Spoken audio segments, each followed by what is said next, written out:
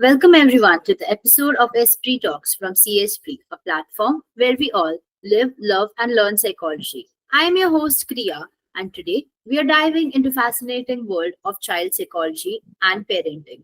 We are thrilled to have with us today a special guest, Neha Gupta, a brilliant and experienced child psychologist and a renowned parenting coach. Welcome, ma'am. Thank you. Thank you, Priya. That's been wonderful to be here and share my insights on psychology and parenting with you all today. We are so honored to have you today with us today. So, let's start with your journey. Could you walk us through your education and professional journey towards becoming a child psychologist? Sure. See, now I would like to answer it in a two manner. First of all, I would like to answer for those who are aspiring ones. So, what should be their journey? If they are if they know from the starting that they want to go in the field of child psychology, then they can start up by doing their bachelor's in psychology, then master's in counseling psychology, and then PhD in child psychology or developmental psychology. This should be a journey which is to be followed. But in my case, as in my time, it was not easily available. The counselings were not easily available, and the lack of information didn't helped me to pursue my passion. So I have completed my bachelor's in engineering background, but then I realized that no, I have to figure out something else because I have to move on with the with my passion. So then I did my master's in psychology, and then I have done my PhD in child psychology, and I am also certified with child psychology and parenting coach also. So I have gathered different certifications in different fields to make up for what I have not done previously. So It's, this it's was my truly journey. inspiring. It's Yeah. truly inspiring. So, continuing to that, could you share with our listeners some of the significant challenges you faced throughout your career or like while paving to becoming a child psychologist? Your journey must have been quite different and quite inspiring for Exactly, listeners. exactly. It was really quite different because when I started when I started, so people didn't accept it that their child are going through some mental disorders or their child are facing some mental problems. So they don't accept it easily. So it was very significant challenge was the stigma around the mental health, especially concerning children. It was also challenging to balance the theoretical knowledge with the practical ones because when you enter into the real world situations, it's quite very different. It nothing theoretical applies there. So one of the things which helped me was patience and persistence. That really helped me to understand kids better and overcome with these challenges. That's truly different from what I would have expected. So, for our listeners, moving forward, for our listeners who might not be familiar with the distinctions, could you Mhm. explain how the role of child psychologist is different from other psychologists? See, a child psychologist focuses especially on the mental, emotional, and developmental well-being of children. So their complete role is not only around their children, but it also involves working with their parents, schools, and sometimes with medical professionals also to provide comprehensive support system. So that because when you are dealing with a child or when a child psychologist work with a child, then he has to know where he's coming from, what kind of parenting their parents are giving to them, what kind of school environment he is in, what kind of therapies he is already taking. So there are different areas which we need to work on simultaneously. That's really informative. So, your work as a child psychologist sounds incredibly impactful. So, what would you say is the most rewarding part of your profession? Most rewarding part, seeing the positive changes in the child's behavior and their emotional well-being. That's when my work helps a child lead a happier, healthier life is incredibly fulfilling, because when parents come with the problems, and when after therapies and after discussions after parenting, and they goes back, so they go back with a smile on their faces, and they are like, we are so thankful to you that we are able, and my child is able to lead a normal life like other children. So that is incredibly fulfilling, going back to sleep with this thing that I have made some difference in someone's life is really incredible and really fulfilling. That sounds incredible. So, ma'am, understanding a child's developmental journey is crucial for parents. Could you run us through the major stages of child's development and offer your insights on what parents should be aware of each stage of life of their growing child? Sure. See, it includes three stages. That is infancy, that is 0 to 1 year of period, which is called as infancy period, and then early childhood, that comes 1 to 6 years of age comes under early childhood. Then comes middle childhood, that is 7 to 12 years, and then it's teenagers, or what we called as adolescence period. So these are the developmental stages of a children which comes under, and each stage has its unique milestones and challenges. So we cannot just say that everything is applicable same everywhere. So we have different and unique challenges. Every child is unique. So working with them is also unique. So parents should be aware of their developmental stages, the milestones achieved by them on correct period of time, and to provide the support and interventions if needed. So parents should be completely active and understand that it is very important. If they are not if the child is not achieving any developmental milestone which he should achieve at the age he is in, then they should definitely go for early interventions, because that is the only key which brings difference. They should do that completely. It was very insightful. So, moving forward, identifying a mental health or a developmental challenge uh, your children is going through or might be going through is really important. So, how do you determine if a child might be struggling, and what is your primary approach to address their issue? Determining if a child is struggling involves, first of all, number careful observation, because parents are the first one who can observe their child. No other person can observe what changes my child is showing, or what kind of symptoms my child is showing. Is he hyperactive, or he's not uh, sleeping properly, or whatever the symptoms are. So parent is the first one who has to give the careful observation. Next is standardized assessment. If a parent goes to a psychologist, or to the early interventions which is required, and then gathering information from parents, teachers, that gives a holistic approach to their development, combining different kind of therapies and environmental adjustments, sometimes also coordinating with other professionals, so that like occupational therapists, speech therapists, which can bring tremendous changes in their lives also. So this is how a parent should approach if they have to figure out about the struggling of a mental health. So careful observation is the must, and acceptance is second. That yes, my child is going through something, and I need to figure out. I have to go through to a psychologist. Don't have that mental stigma in mind that no, he'll get cured by the time thoda bada hoga, so he will be fine. No, please go for the early interventions. It is not a stigma. Work on your child. It's very important for them, so that they can also lead a life which they are capable of.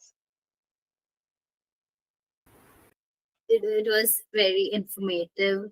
So, moving forward, what advice would you have for the parents to foster a positive and a supportive home environment? Like, how can a parent communicate effectively and comfortably with their children, especially during the tough times? It's like creating a supportive home environment involves like for number one is active listening. We always tell our children, do this, do that, do that. But when is the time when we are listening to them and they are no they are telling us, they are instructing us and we are doing. So do both ways. If you are always telling them do this, do this, do this, they we are not no, it's not like a teacher student relationship. Don't have that. No, have that both side relationship where active listening is must. Next, setting consistent routine because children love routines. They love when they know what is coming up next. So consistent routine is second, and showing unconditional love. Whether your child is making mistakes, and no, most parents I have seen when children make mistakes, they do say, "I don't love you." So this is not right approach because when the child is making mistake, whom he will go to? So parents should be the first one whom he should come to you. And when he knows my mother doesn't love me because I have already made a mistake, so she'll shout at me or she'll yell at me. He will definitely not come to you. But when a child knows that I have made a mistake and my mother will listen to me, she'll help me with the solutions also. So your child will definitely come to you only. So you should be that person. When your child makes mistakes, he should run up to you for the solutions. If you are that parent, then you're going in the right parenting direction. Absolutely agree with you. So, moving forward, as you know, significant life changes like a divorce or moving Right. to a new city can be challenging for children, Hmm. especially when they are in their growing age. So, how can parents support their child during those transitions? Now, supporting a child through significant life changes involves maintaining routines, providing emotional support, and encouraging open discussions about their feelings. And seeking professional help if a child is struggling can also help a lot. Open discussions, I would say, is really very important. Don't tell a child that nothing is wrong, everything is fine, because child can also see that nothing is right. If a parent is taking a divorce, then nothing is right in their life. And nothing is right in child's life too. So don't hide things from, and don't hide your feelings even. No, cry in front of them, talk to them, tell your feelings also, and ask how you are feeling about this thing. Try to tell and give them the valid reason that this is the thing which made me decide to go beyond this level. So they will understand, no matter what is the age of your child. Be significant, be reasonable to them. They should also know that yes, there are some things which parents are not able to understand. That's why they are going through this thing. Or there are things which father lead to, change of city, because change of city also impacts a lot. Their friends change, their school change, their entire life has changed in a month, in just 2 or 3 days for them. So have open conversations with them. That will even increase your bond with them also, and they'll feel secure with you too. So this is what parents can do when they have something to deal with like this. So, as you said, the friendships are important. So, friendships and social interactions play a big role in the development of a child. So, how Mhm. important would you say these are for child's mental development? They are very crucial as children, as they help children develop essential social skills, empathy, and sense of belonging. They are the key to emotional and cognitive development. Can we live also without friends and without people who we know? No, we can't. We also, try to contact them, not on everyday basis, but yes, whenever we get some time, we do try to contact them. So same as with our kids also. Even we don't need much friends, but they need them the most because it is their time of childhood where playing with the same age group is mandatory from them for them. Now, they doesn't understand. The child doesn't understand anything. They only understand one thing, that is play. Playing with their friends is most important thing for them. And when suddenly there something changes like that, their friends changes, their environment changes. So obviously it will impact their mental health. So if you are going through some changes, it should be very steady, and with the steadiness it should be open, conservative, open conversation should be always there, that yes, we are thinking of this thing, we are going through this thing next 2 months, so that they are also well prepared in their mind that yes, after next 2 months I will be somewhere else, I have to make new friends. And whatever they want to talk to their friends, they can tell them also. So give them time. So friendship matters. It's very important and crucial for every being, I think. Absolutely agree. So now let's turn to some questions from our audience. So moving forward, one of the topics they are really curious about is how to handle behavioral issues and manage unwanted exposure to content in children's. What are some effective strategies for addressing these challenges? For handling behavior issues, understanding the root cause, why that behavior is coming, from where it is coming. Is my child, is I am not giving him the proper attention, or I am busy somewhere else, or is he having some problem? That's why he's showing up the tantrums, or that's why the behavior is coming.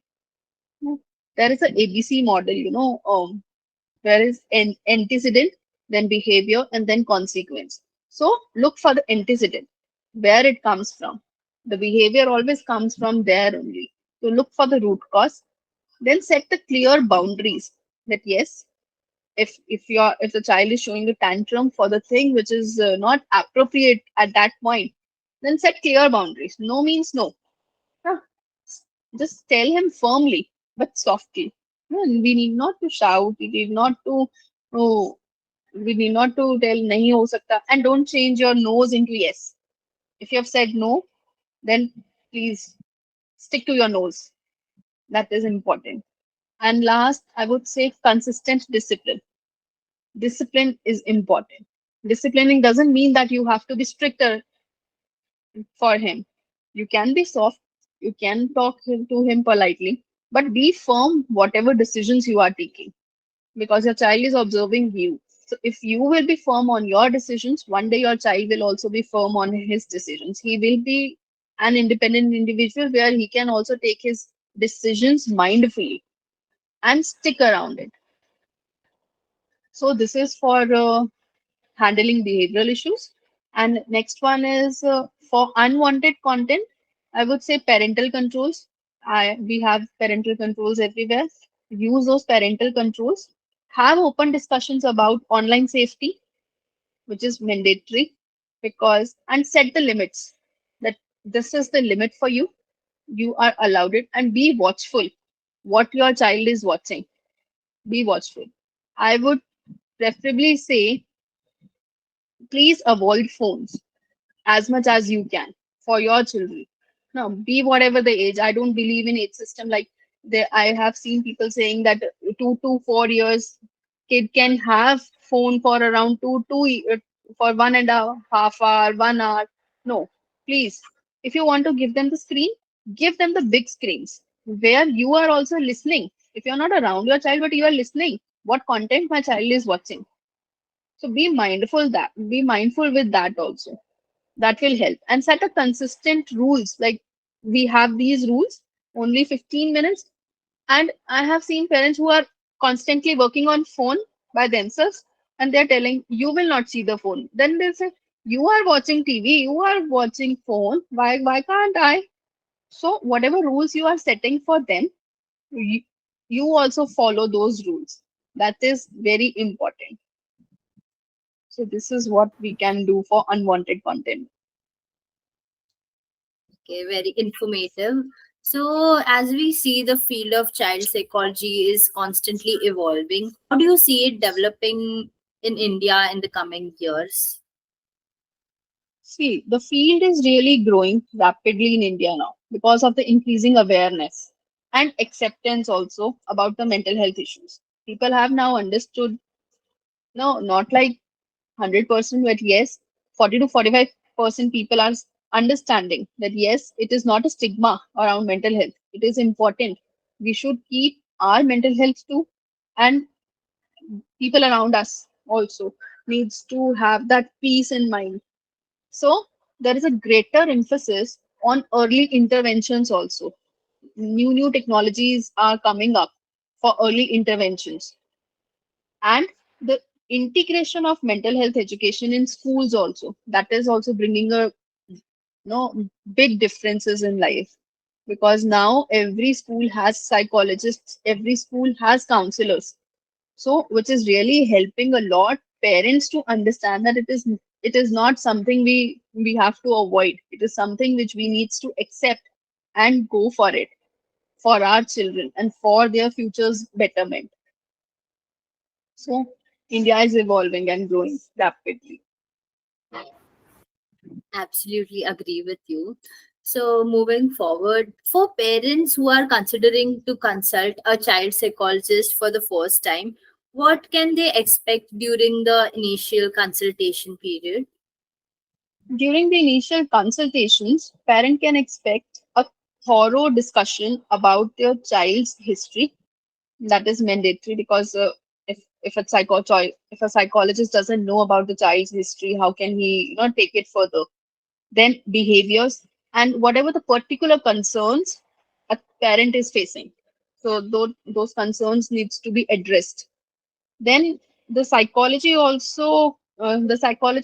also conducts some preliminary assessments and outlines a potential plan for further sessions or interventions. So that is like in 2 3 sessions they can expect this, and after that they can go for assessments, and after that they can go for therapies or whatever the counselings are required. Then this is the process that goes on. Moving to the last question of our podcast. So, finally, teenagers often face challenges with body images and self esteem, especially with the pressure of social media and peer influence. What are some effective strategies for helping teenagers develop a healthy body image and strong self esteem? See, first of all, I would say that everything starts at home. Huh.